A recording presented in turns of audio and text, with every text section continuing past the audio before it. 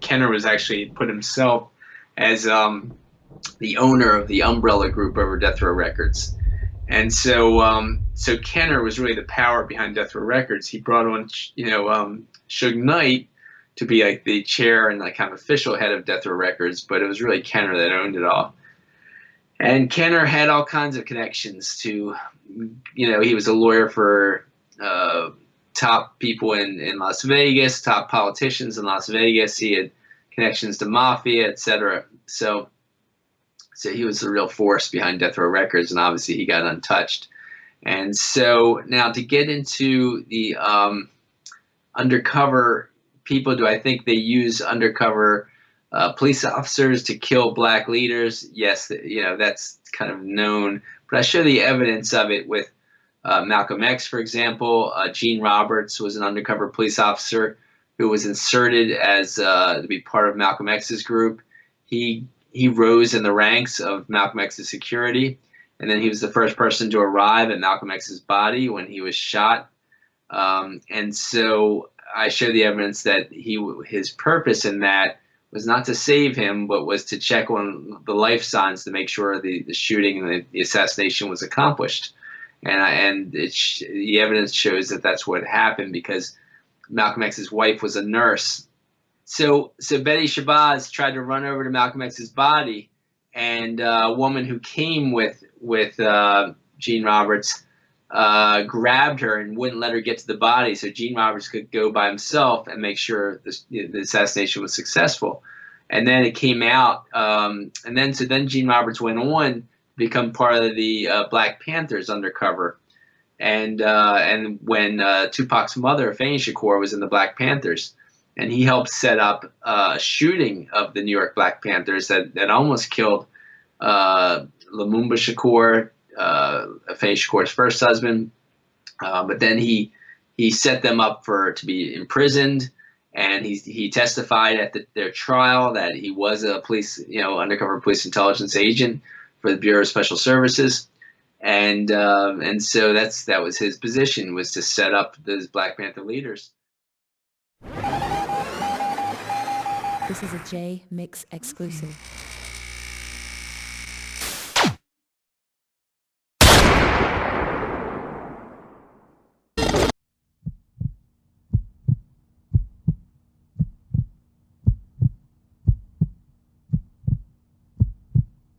And so another case like that was with Martin Luther King. A guy named Merrill McCullough was working for military intelligence when he helped set up Martin Luther King's assassination. And after the assassination, he was promoted to CIA. And there's, the evidence is laid out pretty well on that assassination by a friend of Martin Luther King's, William Pepper, who's now teaches courses at Oxford University as a lawyer. And he has several books on his friend Martin Luther King's assassination and how the U.S. government set that up. Were you surprised in the recent dump of the JFK files to see that they had accidentally, well, I don't know if it was intentional or not, but put in some of the files on Martin Luther King about the FBI extorting him over prostitution? Did you see that? No, I didn't see that. No, but that was they had so many tactics they were using against Martin Luther King to undermine Martin Luther King that I certainly believe that. Sure.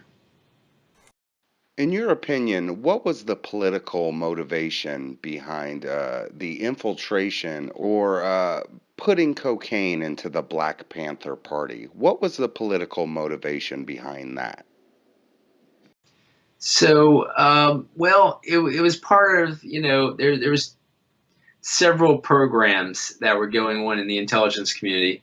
Now, people probably most know about the FBI's counterintelligence program. And I highlight that in my first book, The FBI War on Tupac Shakur and Black Leaders. And the counterintelligence program targeted leftists in general from the 1950s to early 1970s, but it particularly focused in a deadly way, of course, on the Black Panthers and and Black leaders in general, like Martin Luther King and Malcolm X. And so that was one of the programs that was being run. Another program was the CIA's Operation Chaos that documents showed worked along with COINTELPRO. But the third one, a more secretive one, was Project MKUltra, which I mentioned earlier. And the documents for MKUltra say the use of drugs is unconventional warfare. All right. And normally we think of warfare in foreign lands and foreign battlefields, but all the evidence shows that the warfare is also, especially with MKUltra, was the use of drugs in suburban warfare. In domestic warfare against anyone who opposed the CIA's pro-war, kind of racist agenda.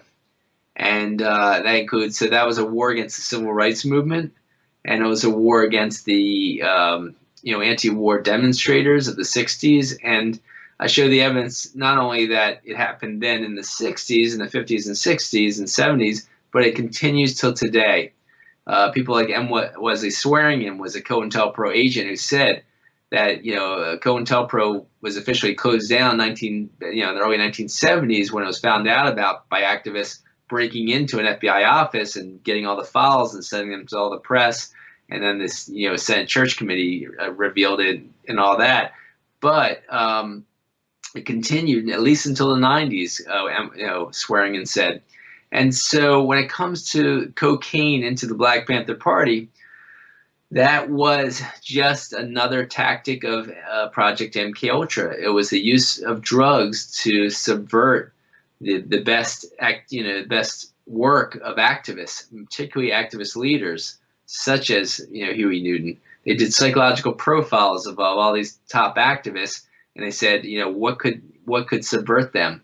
And if they didn't kill them, they would try to subvert them in another way. And they found that they thought that Newton could develop a problem with cocaine, and they used all kinds of psychological warfare to help him develop a problem with cocaine, according to CIA agent John Stockwell, who revealed that to New Haven Black Panther leader named George Edwards. And that's in the film All Power to the People. And I took a clip of that for my film. Actually, the person who made All Power to the People, Lee Lu Lee, who's half Asian, half black, and was a member of the Black Panther Party, allowed me to use a number of minutes of his film for my film, which was very nice of him. And so I showed, all the evidence of all the Panthers who talked about how this was done, particularly how they got Elaine Brown and other females to surround Huey Newton, and then used other undercover agents in the Black Panthers to convince him to use more cocaine and hurt himself that way.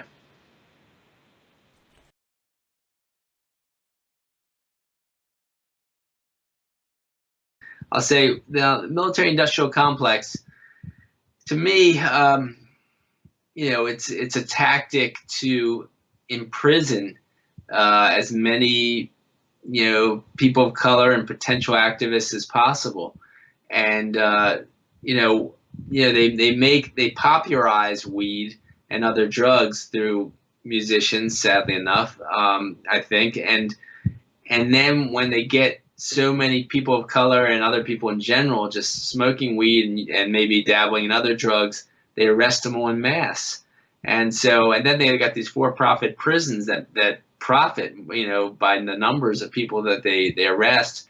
And of course, they disproportionately arrest people of color, and then they give them, much greater sentences than other people for, small crimes, non-violent crimes like weed possession and other drug possession. So that's part of the way another tactic they use against oppressed populations. Springing from the Black Panther Party was the New African Party, in which Tupac Shakur was a member and a vocal proponent of. We saw a drastic change in the demeanor of Tupac from his earlier days until the last days of his life. Do you believe that this was engineered by outside influences? Yes. So Tupac had started becoming a member of the New African Panthers when he was about 15 years old. And so his extended Black Panther family were were part of the New African People's Organization.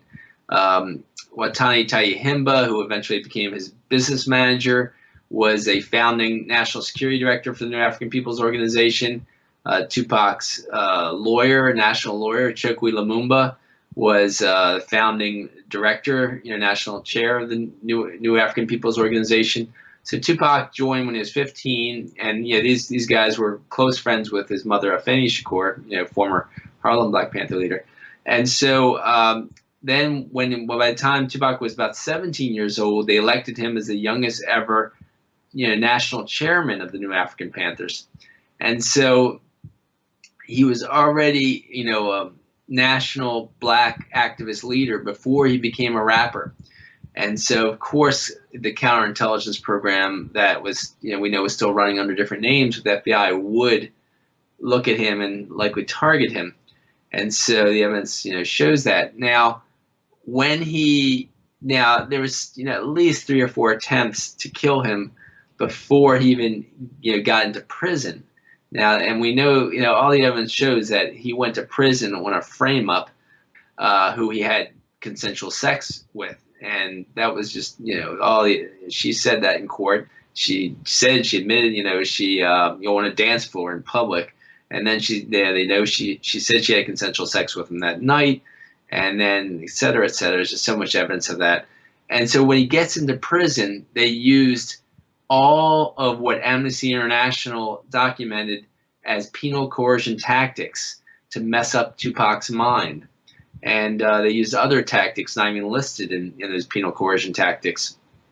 And so Amnesty International called them the closest thing we have to brainwashing, in terms of U.S. intelligence brainwashing people. Now, of course, I think there's more than that. There's drugs and hypnosis used and other ways they use to brainwash people. But nonetheless, so they really hurt Tupac's mind in prison.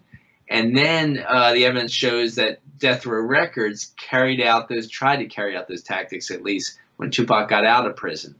And they kept feeding him weed and alcohol as much as possible. They kept, hurting people and even shooting at and killing people, near or in front of Tupac, as if a warning to Tupac. You better not ever leave Death Row Records, and you need us for protection, etc. And so I think they were really, messing up his mind that way. But Tupac was getting away from them. By the summer, before he died, he had said, "Okay, I finished my 3 CD contract," and that was listed. And he did a double CD, and then he did a 3rd CD with Machiavelli, 7 Day Theory, and that was 3 CDs. And his contract, he said, was done. And he already started his own record label, started his own film label. He started his own, film company, and everything was set for him to get out of Death Row Records. So he apparently got into serious fights with Suge Knight over this, saying, "I'm done. We're done. My contract's done." And so he was settling down at that point. He got engaged to Kidada Jones. They planned to, move out of their Death Row owned house and into their own place. Death Row owned apartment, their own place, and have a baby and all that. He was, smoking a lot less, according to eyewitnesses. He was at a party, for example, and Quincy Jones says, I'm sorry, not Quincy Jones, Russell Simmons said everybody was smoking weed and drinking all night. He wouldn't touch anything. He was just dancing all night. And so, the evidence was he was really settling down. But just before that, there was just so much manipulation of him to write his most negative lyrics, to write his least activist lyrics, with that double CD. And but then his final CD, just before he died, did start to get back into the activist lyrics. And so, I think he was really evolving again.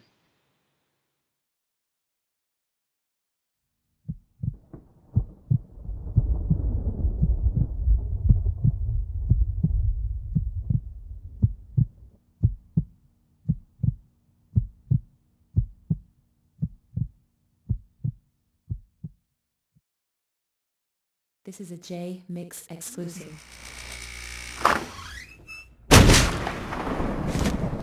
Whatever, shut up.